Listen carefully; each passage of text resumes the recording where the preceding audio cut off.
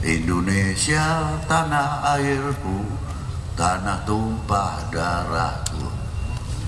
Apa itu hanya lagu kebangsaan atau seremonial?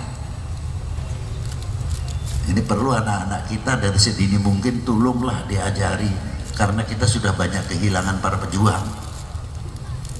Nanti tambah lama tambah hilanglah sudah. Assalamualaikum warahmatullahi wabarakatuh. Alhamdulillahil awalu bila ibtida wal akhiru bila intiha. Jami'u sifatil ulya wal izzati wal kibriya. Wassalatu wassalamu ala imami ahli sofai wal wafa, qutbil anbiya wal awliya, Sayyidina wa maulana Muhammadin khairid dawa likulli saqamin wada, rahmatan wa shifa fi sirri wal jila, wa ala alihi wa sahbihi ma damatil ard wa sama. Amma ba'du, ayuha sadati sadatina al-aizza wal fudala, yang saya hormati dan yang wajib kami mencintainya, para sesepuh, bini sepuh, para alim ulama, para habaib.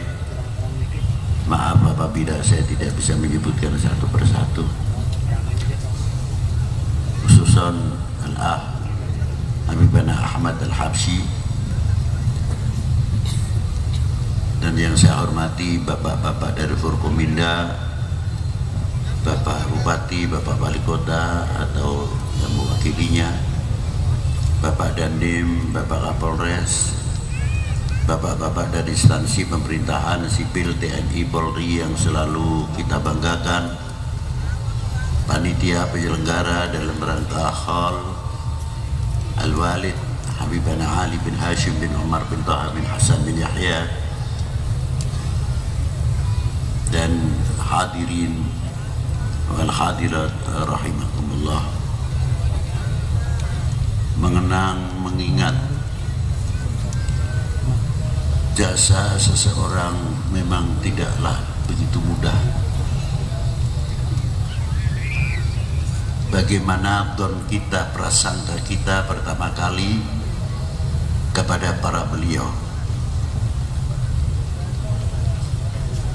Maka beberapa ulama-ulama sepuan dan sesepuh para habaib sering mengatakan, alaikum bihusnudzon, jadilah kalian orang yang selalu mempunyai prasangka yang baik kepada siapapun, dengan pandangan yang jernih. Apabila terwarnai dengan prasangka yang baik, maka akan selalu memandang yang baik. Saya umpamakan kecil-kecilan saja, apabila di bawah hidung ini dikasih minyak wangi, minyak harum, mencium siapapun harum, itu orang husnudzon. Tapi kalau orang itu suudzon, di bawah hidung ini dikasih kotoran, secantik apapun istrinya pun baunya gak enak. Itu memandang orang yang selalu pandangan sempit, pandangan kotor. Maka dengan adanya peringatan khol siapapun yang ada di Indonesia ini, Indonesia itu kaya, bukan subur saja, agraris,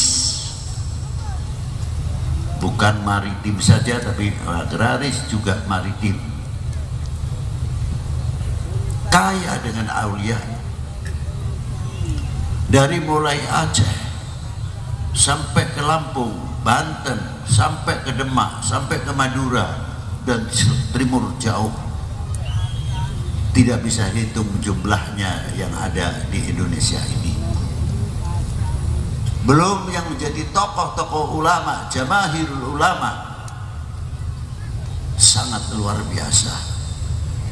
Terkenal ulama-ulama di Indonesia ini sampai ke Timur Tengah. Siapa di antaranya? Guru besar Thariqat Qadiriyah adalah dari Sumba, Syekh Ahmad Khatib namanya Sambas. sangat terkenal, bukan Sumba tapi Sambas, daerah Kalimantan.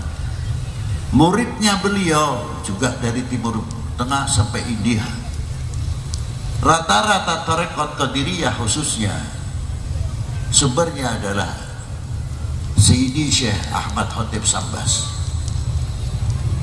Kiai Abdul Karim Al-Bantani, Kiai Nawawi Al-Bantani. Taklif yang belum sempat dicetakkan masih lebih 200 kitab karya tulis tangan Kiai Nawawi Al-Bantani.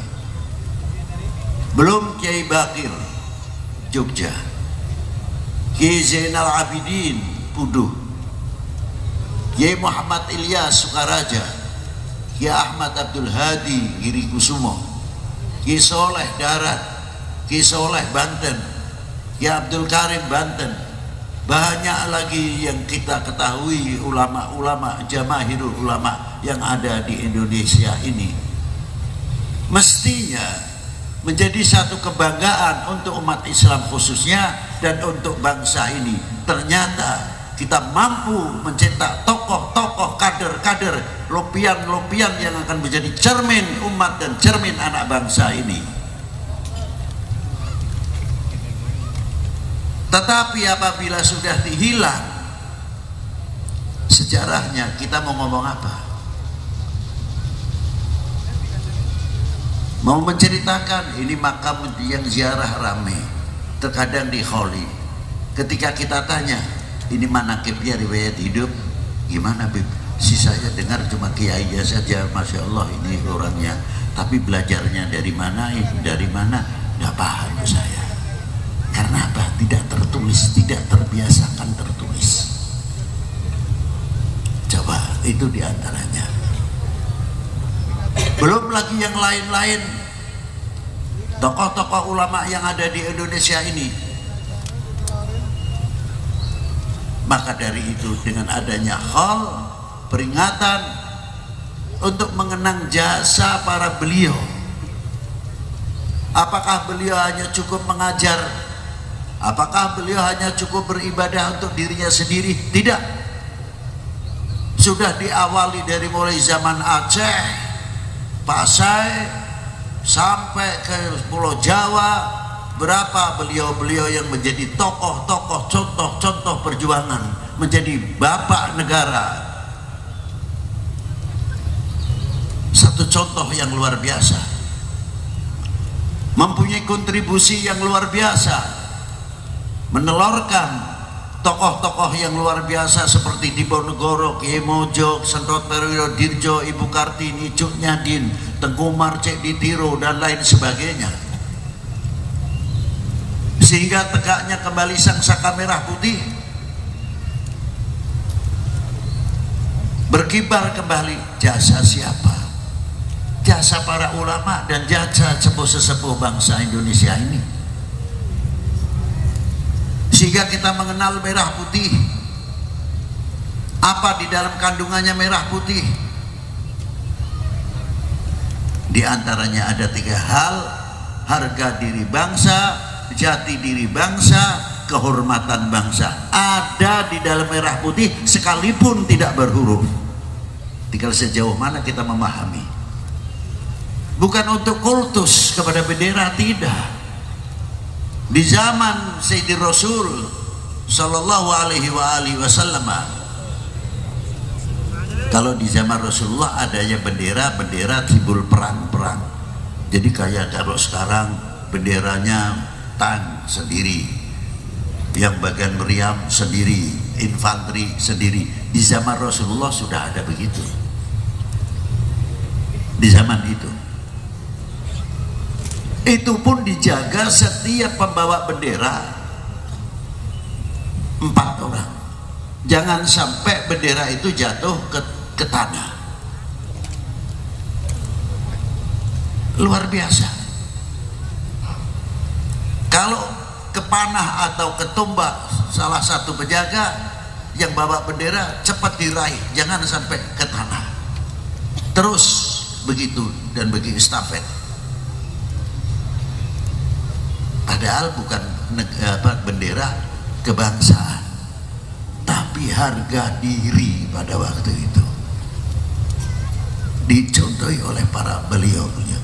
Ada di antaranya kakaknya Imam Ali bin Abi Thalib, sahabat namanya Ja'far bin Abi Thalib.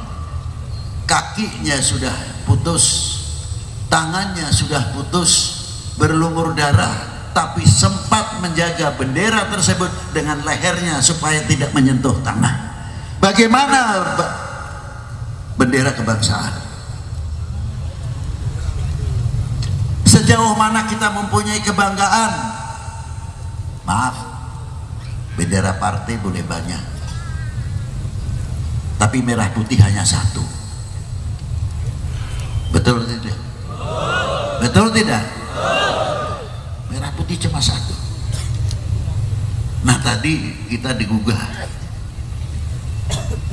dengan lagu kebangsaan. Indonesia tanah airku, tanah tumpah darahku. Apa itu hanya lagu kebangsaan atau seremonial?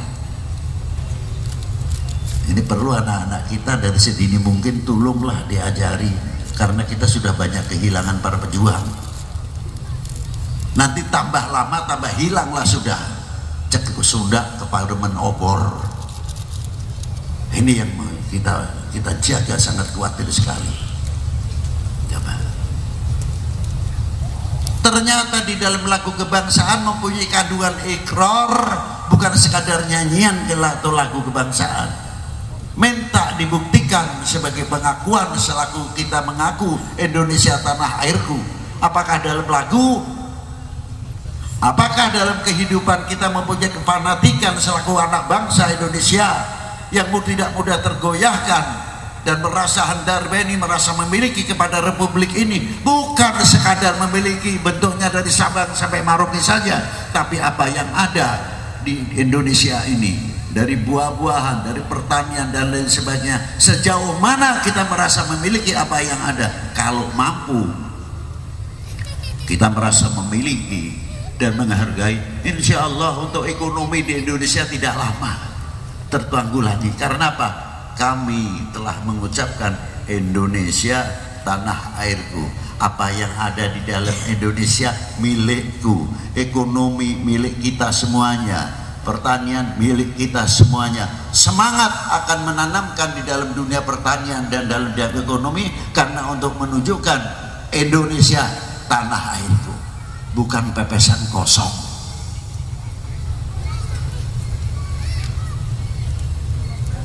Sering saya ucapkan, karena kita kurang memiliki, terkadang terbawa angin. Musimnya jambu bako, yang ngomong jambu bako. Yang paling hebat lagi Kates California, jauh amat. Amatnya pada tidak jauh padahal. Lalu kita pikir, apakah di sini tidak bisa tumbuh Kates? Cuma menang nama Kates California. Coba kalau kefanatikan itu muncul, Kates mana ini Pak? Bogor. Kates mana ini Pak? Di Bandung. Kates mana? Bekasi. Ketika mengucapkan Kates mana Pak? Bekasi punya, Bogor punya, Bandung punya, atau lainnya yang ada pertanian Kates. Merasa memiliki, merasa bangga apa yang tumbuh di dalam tanah air ini. Kalau sudah bisa begitu, insya Allah produksi apa yang ada di dalam negeri ini cepat untuk naik, tidak terjadi inflasi dan lain sebagainya. Karena apa? Kita sama-sama cinta Indonesia. Setuju? Buktikan kalau setuju, jangan ribut saja. Bangsa lain sudah bikin nuklir, sudah bikin persenjataan macam-macam. Dolar semuanya dikuasai dalam ilmu pengetahuan, ilmu kedokteran. Kita masih ribut saja, ini noblos A sama noblos B tidak akur. Ini nanti lama-lama lagi diputer lagi kasetnya. Apa antaranya membicarakan masalah khol, maulud, tahlil, manakib, talqin, tidak ada habis-habisnya. Sampai kapan negara ini akan maju? Malu mestinya kita rasanya kepada para beliau-beliau yang ikut andil mendirikan bangsa ini. bapak bangsa yang berkibarnya kembali sangsaka merah putih, wahai bangsaku yang kubanggakan, relakah negerimu ini terpecah belah?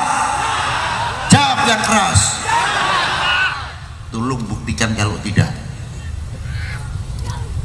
Mestinya begitu. Ini buah daripada khol.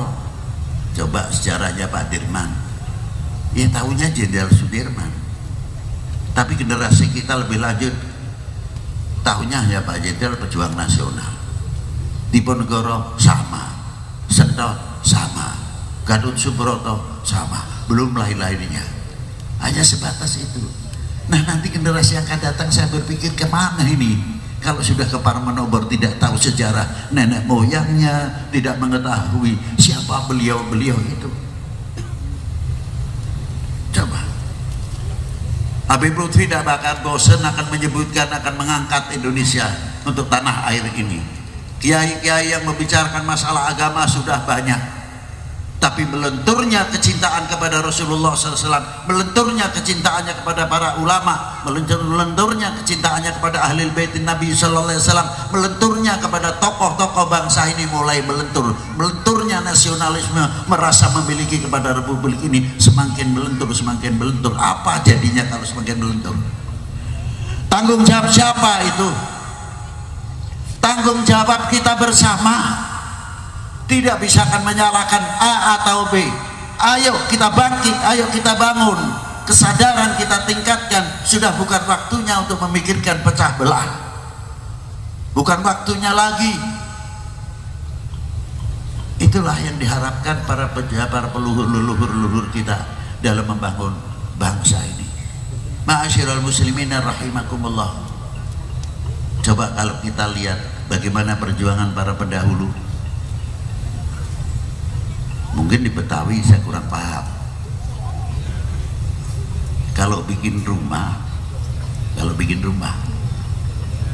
padahal di zaman penjajah Hindia Belanda, kalau seandainya kita pasang merah putih, ya pulang nama. Sebab instansi pemerintahan pada waktu itu Hindia Belanda, benderanya bendera Belanda. Tapi orang tua kita, kiai-kiai kita tidak kalah akal. Bagaimana cara menanamkan merah putih kepada setiap anak bangsa pada waktu itu. Ini sudah tidak dipelajari, kurang untuk menganalisis sejauh mana. Maaf. Pasti kalau mau bikin rumah di tiang yang paling, bukan tiang ya, kayu paling atas sendiri yang panjang, sebelum ada apa namanya, puhunan ya itu ya. Kalau di tempat kita namanya mulu ya, itu dikasih janur sebelum pasang reng, pasang usur, janur dulu, terus tiwu, tebu, padi, pisang, kelapa, dan nanti ketika kita akan membalut dengan merah putih bolo tersebut, ada yang pakai tahlil, ada yang pakai manakib, ada yang pakai berjanjian, ada yang pakai baca pat dan lain sebagainya. Pakai menyan, pakai segala. Lo pakai menyan, sudahlah, nggak usah berbicara menyan, daripada bau ketiak lebih baik bakar menyan. Repot amat sih. Lo itu satu contoh. Baru setelah acara itu dibasah, dibalut sampai berapa hari ya. Kalau musim hujan tidak masalah, tapi kalau sudah musim kemarau, kita mau bertanya, kira-kiranya yang cantik, yang Masya Allah, lihat kuning melangsetnya janur tersebut, kena panas lama-lama layu, padinya semakin coklat, tadinya kuning bagus, tebunya juga manisnya kurang, daunnya semakin kering, pisangnya semakin matang, berubah semuanya. Yang saya tanyakan, merah putihnya ikut layu atau tidak? Itulah menunjukkan filosofi harusnya bangsa Indonesia mempunyai jiwa merah putih yang tidak bisa dirayu oleh apapun. Betul? kalau betul. Oleh itulah diantaranya hebatnya para kesepuan-kesepuan kita pendahulu. Nah, maka dari itu kita bagaimana melihat para ulama, para sepuh pendiri bangsa ini luar biasa. Mari dengan adanya khol kita hidupkan khol di mana-mana. Para pejuang-pejuang yang ada tidak harus ulama. Para pejuang pun mengadakan khol. Pejuang di kampung ini siapa dulu? Oh, dari TNI kholi, dari polisi kholi, karena beliau termasuk ikut andil besar pada waktu 1945. Apakah khol itu harus para ulama? Tidak. Mengholi kedua orang tua juga istimewa, supaya anak-anaknya ingat bagaimana jasanya orang tua, dari tidak punya sampai mampu membangun rumah, sampai mempunyai kendaraan. Beliau meninggal, apakah kita akan menjadi pewaris yang baik hingga kita bisa menjalin keukhuwahan, persatuan, satu keluarga, kakak adik kompak, rukun dan lain sebagainya, bukan kakak adik pecah belah hanya urusan warisan. Malu rasanya kepada kedua orang tua. Apakah kita bisa memotong kambing umpamanya 10 atau 15 karena ada uang, dianggap sudah cukup lumayan? Belum apa-apa. Apalagi khol, potong kambing 100, sapi 100, dikira sudah istimewa? Belum, untuk membalas jasanya para beliau. Apa yang diharapkan para beliau kepada kita ini? Mampukah meneruskan pembangunan para leluhur kita, membangun, menjaga kesatuan persatuan? Kalau kita pecah belah, menangis beliau-beliau di belakangnya yang telah diperjuangkan ternyata telah bersia-sia. Apakah kita menjadi anak keturunan beliau ataupun regenerasi akan mengecewakan para beliau? Pastinya kita tidak. Nah, maka dari itu sekali lagi, dengan adanya khol perlu untuk banyak mengambil suri tauladan para beliau. Itulah kurang lebihnya yang saya bisa sampaikan, karena jamnya sudah jam 12 ke atas, udah setengah 1 kurang 10. Mari kita tutup dengan doa bersama. Bismillahirrahmanirrahim.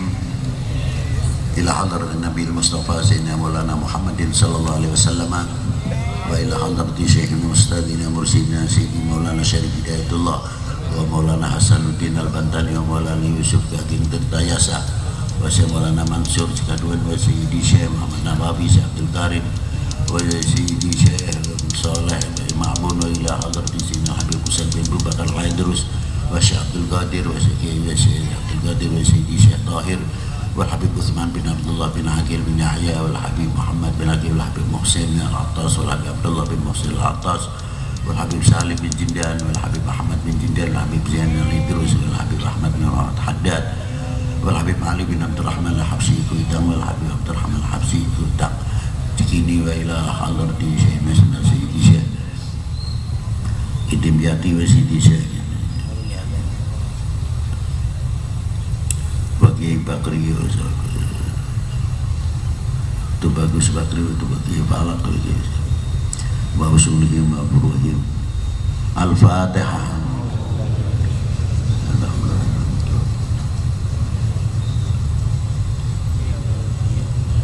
Allahumma salli wa sallim wa barik ala sayyidi sadat qutbul bidayat wa nihayat khalifatullah fi khuzainil ardi was samawat wa ala alihi wa sahbihi ma damatis sadatil qadat salatan tahtahu lana biha babal khairat wa sa'adat dari dunia wa daril ma'ad wa barik lana fi umurina wa fi rizqina wa auladina wa ikhwanina minal mu'minin wal mu'minat wal muslimin wal muslimat aina ma kanu fi jam'il jihad wal bilad wa jam'il jihad wal bilad khususan baladina Indonesia khassah biladil muslimin ammah wa tunjina wa iyyahum min jamil ahwali wal afat wa min syarril hayat wa syarril mamat ya waliyal hasanat wa qatil hajat subhana rabbika rabbil izzati amma yasifun wa salamun alal mursalin walhamdulillahi rabbil alamin. yataqabbal minkum. Assalamualaikum warahmatullahi wabarakatuh. Waalaikumsalam warahmatullahi wabarakatuh. Padang bulan padangi koyo